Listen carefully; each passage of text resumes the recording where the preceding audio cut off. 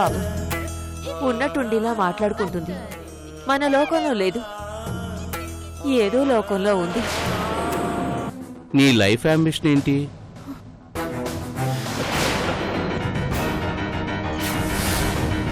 చంపేయాలి, వాళ్ళు చంపేయాలి. ఒక రూపాన్ని మర్చిపోవాలంటే మరో రూపాన్ని చూడాలి. నాన్న చూడు, ఈ అమ్మాయిని చూడు. ఈ అమ్మాయి శిరీష్కి ఏమీ తక్కువ కాదు. ప్రేమించి మోసం చేయడంలోనా?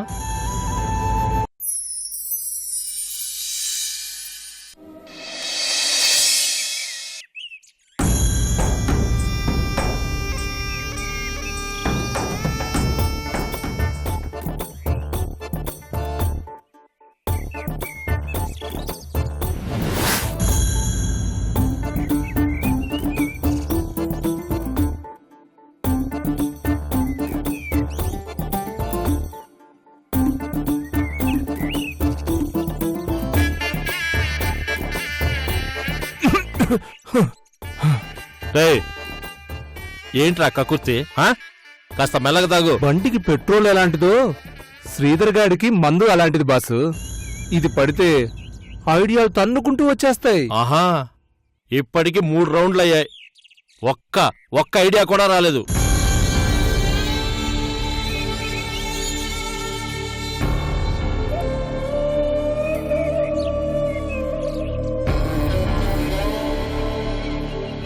వచ్చింది. బ్యాడ్ థాట్ కాదు, గుడ్ థాట్ వచ్చింది. ఏంటది?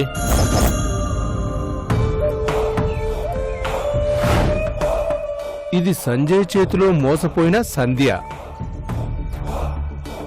మోసపోయిన సంధ్యకి సంజయ్ అనేవాడి మీద ప్రతీకారం తీర్చుకోవాలనే టార్గెట్ మాత్రమే ఉంటుంది. ఇది క్లియర్. ఈ క్యారెక్టర్ని కాసేపు పక్కన పెడదాం.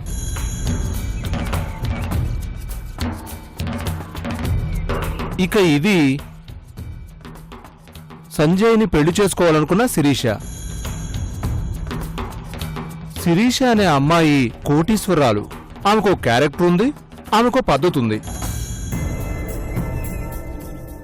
అలాంటి ఈ అమ్మాయి సంజయ్ అనే సెకండ్ హ్యాండ్ వాడిని ఎందుకు పెళ్లి చేసుకోవాలనుకుంటుంది?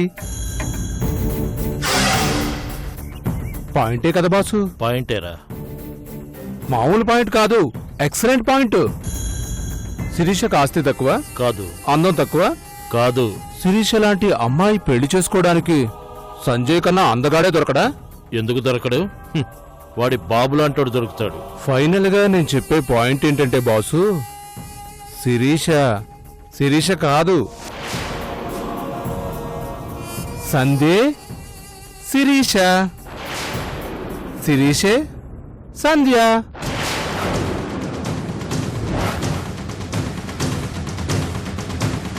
రాయ్, మందెక్కువైతే వెళ్ళి పడుకో, అంతేగాని పిచ్చి పిచ్చిగా మాట్లాడకు. అది కాదు చిన్న బాసు, నాకు మొదటి నుంచి ఉన్న పెద్ద డౌట్ ఇదే. ఖచ్చితంగా ఇది డబల్ యాక్షన్ అని నాకు పెద్ద కన్ఫ్యూజన్ ఉంది. ఈ కన్ఫ్యూజన్ మాకు వచ్చింది, దాని మీద పిచ్చ క్లారిటీ కూడా వచ్చింది. ఎలా? నువ్వు నాకు ఫోటో ఇచ్చి వెళ్ళిపోయిన తర్వాత ఏం జరిగిందంటే,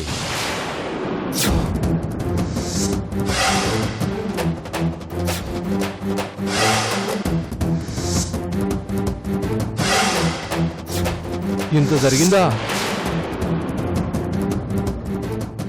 అవును. ఇప్పుడు నీకు క్లారిటీ వచ్చిందా? నాకెందుకో ఇంకా అది శిరీష కాదు, సంధ్యేనని అనుమానంగా ఉంది. అందుకే ఇప్పుడు ఒక బ్యాడ్ ఐడియా ఇస్తా. ఏంటది? మీకు హాస్పిటల్లో తెలిసిన నిజాన్ని కాసేపు నమ్మకుండా పక్కన పెట్టండి. ఇప్పుడు డైరెక్టుగా ఆ సంజయ్ గాడి తల్లి దగ్గరికెళ్ళి, అమ్మా, శిరీష అనే అమ్మాయి కార్తీక్ అనేవాడి చేత తాళి కట్టించుకుని పెళ్ళైన నీ కొడుకుని రెండో పెళ్లి ఎందుకు చేసుకోవాలనుకుంది అని అడగండి. ఖచ్చితంగా మ్యాటర్ బయటకొస్తుంది. అది సంధ్యేనని ప్రూవ్ అయిపోతుంది. ఈ చిల్లర ఐడియా మీకు ఉపయోగపడితే నా మొహన కాస్త చిల్లర కొట్టండి. ఐడియా బాగుందిరా. Thanks boss.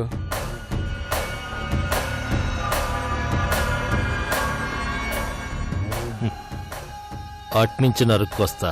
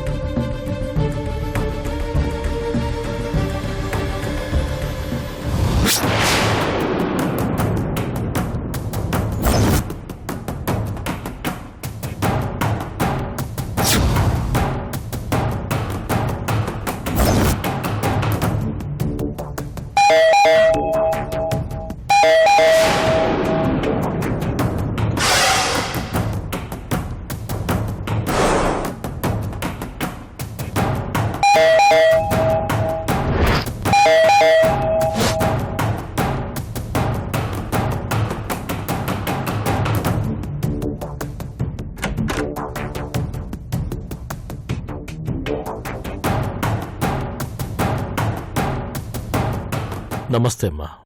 నమస్తే. మీరు కమల్ గారి స్నేహితుడిని.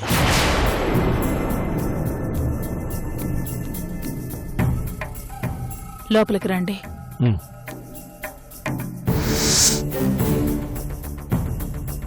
కూర్చోండి.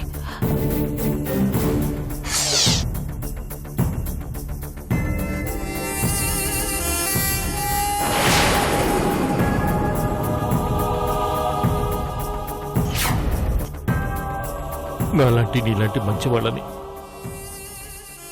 దేవుడు తొందరగా తన దగ్గరికి తీసుకెళ్ళిపోతాడు.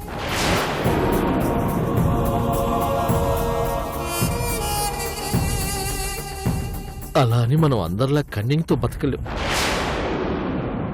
మనకు హాని చేసే వాళ్ళకు కూడా మనం మంచి చేయటమే మన వీక్నెస్.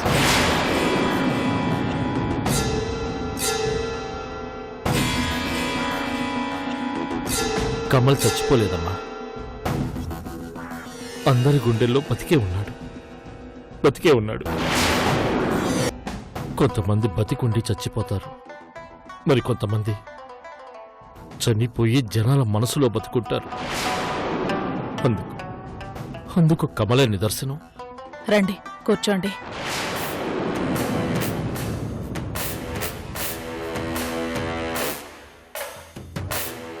నేను మిమ్మల్ని ఎప్పుడు చూడలేదండి. నేను ఎక్కువగా దుబాయ్లో ఉంటానమ్మా.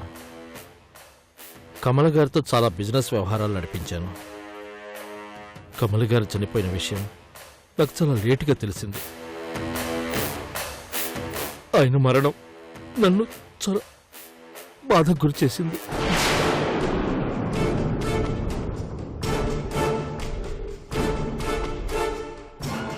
మా అందరికంటే ఎక్కువ బాధ మీకే ఉంటుంది. అది సహజం, ఎవరూ తీర్చలేంది. అసలు దీని అంతటికీ కారణం ఏంటని తెలుసుకుంటే నా మేనకోడలు, అదే కృష్ణమూర్తి కూతురు శిరీష అని తెలిసింది.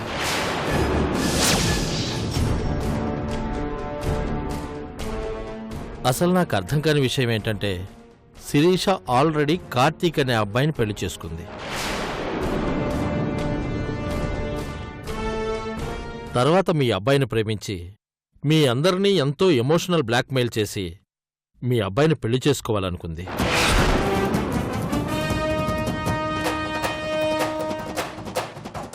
ముందు కార్తీక్ని ఎందుకు పెళ్లి చేసుకుంది, తర్వాత సంజయ్ని ఎందుకు చేసుకోవాలనుకుంది, పీటల మీద నుంచి ఎందుకు లేచి వెళ్ళిపోయింది?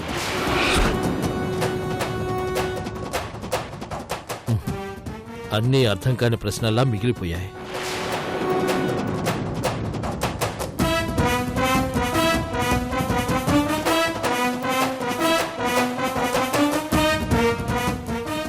నా మేనగోడలు మంచి క్యారెక్టర్ కలిగిన అమ్మాయి, ఎంతో మందికి అన్నం పెట్టిన అమ్మాయి, ఎంతో మందికి ఆదర్శంగా నిలిచిన అమ్మాయి.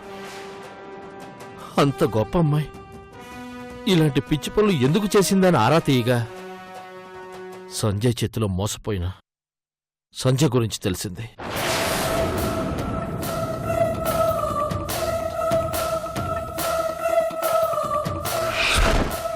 నా అనుమానం ప్రకారం సంధ్యది శిరీషది ఒకే రూపం కాబట్టి సంజయ్ మా శిరీష స్థానంలోకి వెళ్ళి ఇదంతా చేసిందేమో అనిపించింది.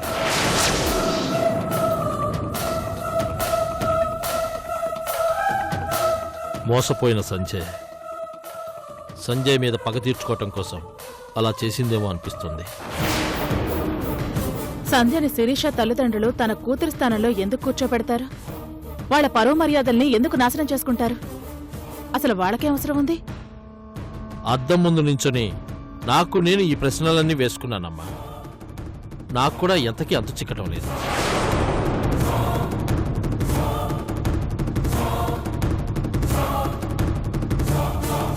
ఫైనల్గా విషయం ఏంటంటే ఆ పెళ్లి కారణంగానే కమల్ గారిని మనం దూరం చేసుకున్నాం. పాసిబిలిటీస్ తక్కువగానే ఉన్నప్పటికీ అది శిరీష కాదు సంధ్య అని నాకు అనుమానంగా ఉంది.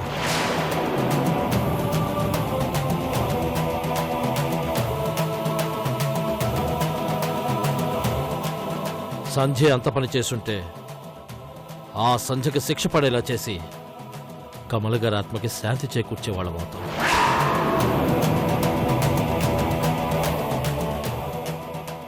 ఇప్పుడు ఈ నిజం ఎలా తెలుస్తుంది? మీరు మా శిరీష దగ్గరికి వెళ్ళి సంధ్య కాదని టెస్ట్ చేస్తే బాగుండదేమో.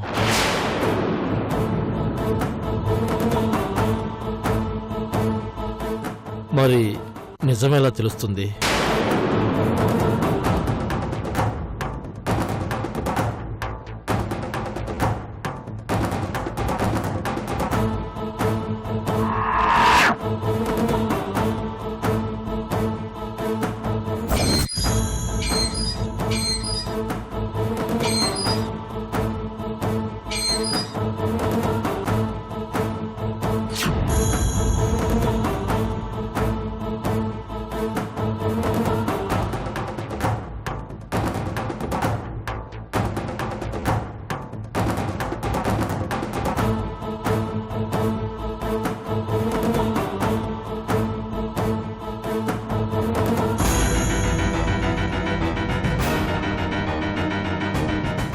సంధ్య,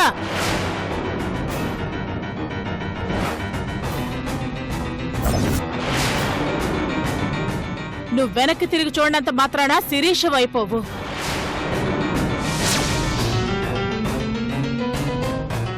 మా శిరీషను పట్టుకుని సంజయ్ అంటున్నావేంటమ్మా? ఆ విషయం తన్ని చెప్పమనండి.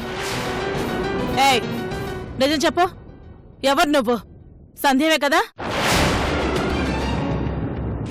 అదేంటమ్మా అలా అడుగుతున్నావు? తను మీ శిరీష కాదు. శిరీష రూపంతో శిరీష స్థానంలోకి వచ్చిన సంధ్య.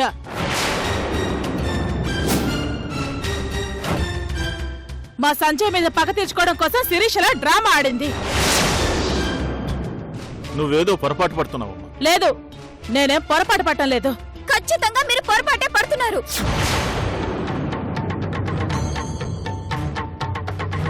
నేను సంధ్యని కాను, శిరీషని. నాది మీ సంధ్యది ఒకే రూపం అయిండొచ్చు, అంత మాత్రాన మీ సంధ్యనైపోతానా? సంధ్యవి కానప్పుడు పెళ్ళైన నా కొడుకుని పెళ్లి చేసుకోవాల్సిన అవసరం నీకే ఉంది? అంతకు ముందే ఒక అబ్బాయితో తాళి కట్టించుకున్నావు. మళ్ళీ నా కొడుకుని పెళ్లి చేసుకోవాలని ఎందుకు అనుకున్నావు?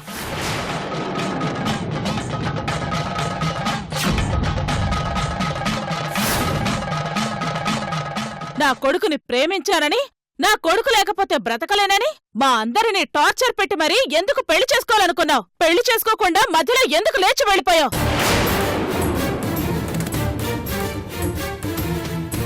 నువ్వు కోరుకుంటే 1,000,000 మంది వస్తారు. అలాంటిది నా కొడుకునే ఎందుకు కోరుకున్నావు? కేవలం పగ తీర్చుకోవడం కోసమే కదూ? అవును, పగ తీర్చుకోవడం కోసమే.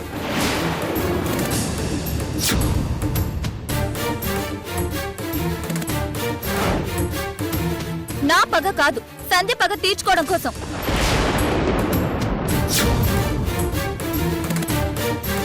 సంధ్య గురించి పెళ్లి పీటల మీద ఉష చెప్తేనే తెలిసిందని మీరనుకుంటున్నారు.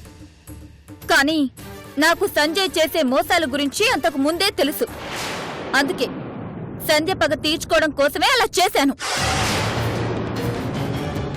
ఒకవేళ నేను గనక సంధ్యనే అయితే సంజయ్ని పెళ్లి చేసుకునేదాన్ని. ఆ తర్వాత నీ కొడుకు జీవితంతో ఆడుకునేదాన్ని. నా ఆలోచన కేవలం పెళ్లి పీటల దాకా తీసుకురావడం వరకే.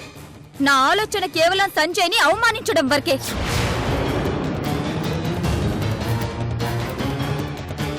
అవి చూసి మీరు నన్ను శిరీషని కాను సంధ్యనే అని అనుమానిస్తే నేనే చేయలేను. నమ్మలేను, నీ మాటలు నమ్మలేను.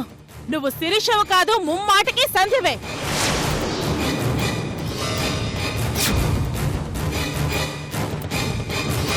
అయితే నేను శిరీషని కానని సంధ్యనేనని మీరు నిరూపించుకోండి. అప్పుడొచ్చి మాట్లాడండి. ఇంకా బయలుదేరండి. తెలుసుకుంటాను, నిజం తెలుసుకునే వస్తాను. నా భర్త హత్యకు కారణమైన వాళ్ళని ఎవ్వరిని విడిచిపెట్టను.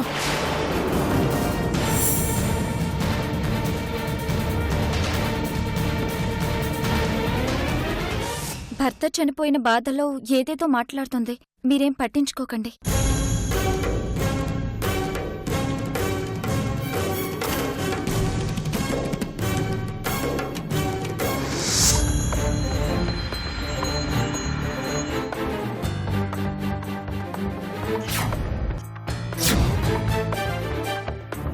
ఆ క్షణంలో మరో దారి లేక నాకు తోచిన అబద్ధం చెప్పాను. అది అతుక్కోని అబద్ధమని తెలుసు, నమ్మలేని నిజమని తెలుసు. కాని చెప్పక తప్పలేదు. ఎందుకంటే ఆ క్షణం నేను మౌనంగా ఉంటే ఒక పెద్ద నిజాన్ని ఒప్పుకున్నట్టే అవుతుంది. ఒక పెద్ద సమస్యకి తెరతీసినట్టయి ఉండేది. ఆ సమస్య ఎటైనా దారి తీయొచ్చు, ప్రళయంగా మారచ్చు కూడా. అందుకే ఒక నిజం సృష్టించే సమస్యల కన్నా ఒక అబద్ధం కల్పించే సంతోషాలే ముఖ్యమని అలా చేశాను. చాలా సమయస్ఫూర్తిగా ప్రవర్తించి ఒక పెద్ద గండ నుంచి గట్టెక్కించావు తల్లి. కాని నా అనుమానమంతా ఒకటే, స్నేహ గారికి ఇంత సడన్గా ఆ అనుమానం ఎలా వచ్చిందా అని. ఇన్ని రోజుల తర్వాత ఆ అనుమానం ఆవిడకే వచ్చిందా, లేకపోతే ఎవరైనా కలిగించారా? ఒకవేళ దీంట్లో ఎవరి ప్రమేయమైనా ఉంటే నిజం తెలుసుకోవడం వల్ల వాళ్లకొచ్చే లాభమేంటి? ఈ విషయం తేలిగ్గా విడిచిపెట్టేది కాదు. కాస్త జాగ్రత్త పడాలి. స్నేహ గారి మనసులో ఈ ఆలోచన కలిగించింది ఎవరో కనిపెట్టాలి.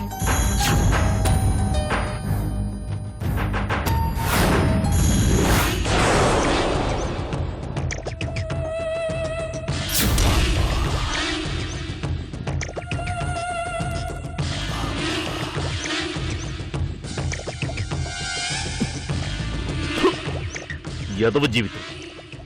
ఏ క్షణంలోనైతే ఆ భవానీ వలలో ఇరుక్కున్నానో గాని అప్పటినుంచి ఒకటే టెన్షన్. ఒకసారేమో ఇంకంతా అయిపోయింది, హ్యాపీగా ఉండొచ్చు అనిపిస్తుంది. మరోసారి స్టోరీ మొదటికొచ్చిందేమో అనిపిస్తుంది. ఈ టార్చర్ ఏంటో అర్థం కావడం లేదు. చూడండి చిన్నబాసు, ఇండియాలో పగలుంటే అమెరికాలో చీకటి ఉంటుంది, అమెరికాలో పగలుంటే ఇండియాలో చీకటి ఉంటుంది. ఏమంటారు? రాంగ్ టైంలో రాంగ్ డైలాగ్ చెప్పామంటే తల పగిలిపోతుంది. ఎందుకంత ఇరిటేట్ అవుతారు? నేనేమంటున్నానంటే, ఒకసారి మనకు బ్యాడ్ టైం నడుస్తుంది, ఇంకోసారి ఎదుటి వాళ్ళకి బ్యాడ్ టైం నడుస్తుంది. అప్పుడు దాకా మన ప్రయత్నాలు చేసుకుంటూ పోవాలి. మహాభారతంలో ఎన్ని ఎత్తులు పై ఎత్తులు ఉన్నాయో అంతకంటే ఎక్కువ రాజకీయాలే చేశాం. అయినా ₹1 లాభం లేదు, 1 నిమిషం ప్రశాంతత లేదు. పెద్దబాసు, ముచ్చటగా 3వ ఐడియా వదులుతా. దీన్ని గనక మనం బాగా వర్కౌట్ చేసామంటే ఇక వెనక్కి తిరిగి చూడాల్సిన అవసరమే లేదు. నీ తొక్కలో ఐడియాలు వర్కౌట్ కావడం లేదు గానీ ఇంక నువ్వు బయలుదేరు. తప్పు వాడి ఐడియాలో లేదు నాన్న, అట్నుంచొచ్చే రిజల్ట్లో ఉంది. బాగా అర్థం చేసుకున్నారు. ఇప్పుడు ఇంకో ఐడియా చెప్తాను, వినండి. రే దరిద్రుడా, ట్రిప్పుకో ఐడియా చెప్పకపోతే అన్నీ ఒకేసారి చెప్పి చావచ్చు కదా. అన్నీ ఒకేసారి చెప్పేస్తే నన్ను మీరు తొందరగా బయటికి ఎంటేస్తారుగా, అందుకు. బాగా బతక నేర్చిన వాడివిరా. సరే తగలడు. ఇప్పటి వరకు మనం డైరెక్ట్ వార్ చేశాం, ఇప్పుడు ఇండైరెక్ట్ వార్ చేద్దాం. అంటే చిన్న పిల్లని అడ్డం పెట్టుకొని పెద్ద నిజాన్ని రాబడదాం. ఎవరా పాప, ఎక్కడ అడ్డం పెడతాం, ఎలా నిజం రాబడతాం? సంధ్య అనే అమ్మాయి సంజయ్ వలన ఒక బిడ్డకు తల్లి అయింది. ఇప్పుడు ఆ బిడ్డను గనక మనం అడ్డం పెట్టుకున్నామంటే వర్కౌట్ అయిపోతుంది. ఎలా అంటే మనం ఆ బిడ్డను ఎత్తుకొచ్చేసి శిరీష అలియా సంధ్య ఎదురుగా ఏదైనా చేశామంటే నిజంగా కన్నతల్లి అయితే చూస్తూ ఊరుకోదు, తల్లడిల్లిపోతుంది, కన్నీరు పెట్టుకుంటుంది. అప్పుడు మనం అది శిరీష కాదు సంధ్య అని కన్ఫర్మ్ చేసుకోవచ్చు కదా. శిరీషకైతే బిడ్డ మీద సానుభూతి ఉంటుంది, అదే సంధ్యకైతే బిడ్డ కోసం ప్రాణం ఇచ్చేంత ప్రేమ ఉంటుంది. ఈ సెంటిమెంటల్ వెపన్ చాలు నిజాన్ని ఛేదించడానికి. ఏమంటారు?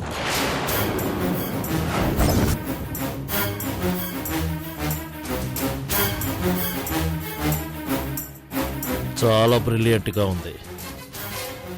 ఇది కూడా ఆలస్యం చేయకుండా అమలు చేసేద్దాం.